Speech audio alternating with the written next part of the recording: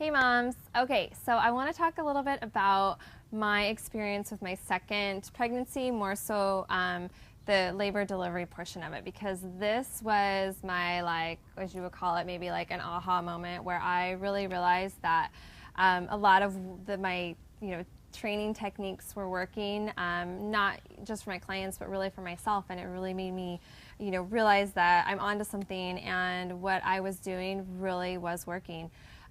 So my second delivery, my second, pregnancy, let's see, I went into labor really quick with him. I was 3 days overdue, not a big deal, it's normal.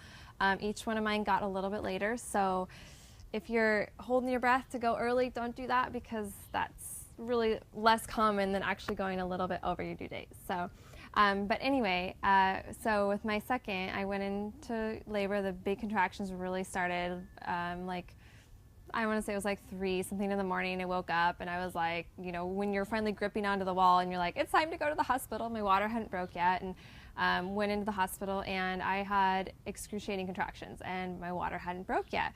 And they, hook you up to the monitors to, monitor the baby. Everything was going well, and they decided to break my water because they're like, your contractions are really strong.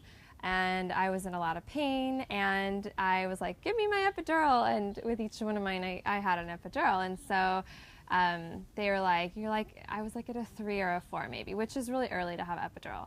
But so I went ahead and got that and everything, and within an hour, I think I went from 3 to 4 to like, okay, it's time to push the baby out, which is really quick. But for someone like myself, I have a harder time relaxing.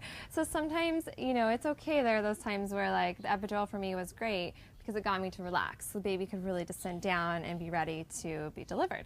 So there I am. I've done this once before, so it can take a couple times to really find those muscles to push baby out with, right? Especially when you have epidural. You can't really feel, it's more of a pressure thing. And then this is where muscle memory really comes in handy, when you're like, okay, I've done this so many times, practice my hugging my baby and connecting with my deep core muscles, that I'm like, this is good, I got this. So anyway, I maybe pushed just a couple times, it takes us a couple times to kind of find the connection, and all of a sudden the doctor's like, reaching for a vacuum, and I'm like, what's going on? Because, well, I've done this before, and I'm like, it takes a little bit. There's no rush to get baby out in a couple minutes, everything was fine. But what they didn't tell me was that every time I pushed really hard, my son's heart rate just plummeted, and so there was no time to waste. And my husband, being the support that he is, was, a good trooper, like not leading on to anything was wrong. So thank goodness. I was so happy when the vacuum slipped off of his head. I was like, because they didn't even give me a chance to really like push really hard. They're like, just push as hard as you can to get him out. And literally in like just a handful of pushes, he was out. So it took minutes. And that for me, which I learned later on how serious of a situation that was, and a majority of those deliveries like that end up in an emergency C-section, because if you're not strong enough to push baby out, very quickly, that they're not going to let you just keep pushing, because it's really hard on baby. And obviously that's the most important thing, is we want to get baby out quick and safely. And so for a lot of women, that would have been, let's rush her in for an emergency C-section. But because I was strong enough to push him out, then all ended up fine. He was fine. His head looked a little funky for a little bit, but it does go back.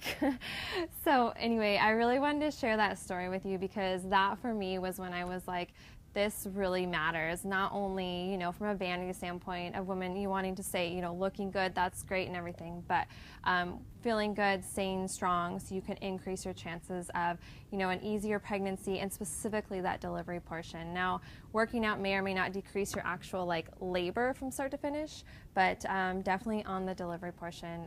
The girls I work with, myself included, when it comes to pushing your baby out, it can happen so much quicker when you're really strong and prepared for that. So, be sure to check out my book and my prenatal DVDs. I've got a lot of exercises in there. I talk constantly about strengthening your deep core, hugging your baby, really preparing your body for, enduring labor and delivery. And then, of course, it all helps with getting your body back after baby.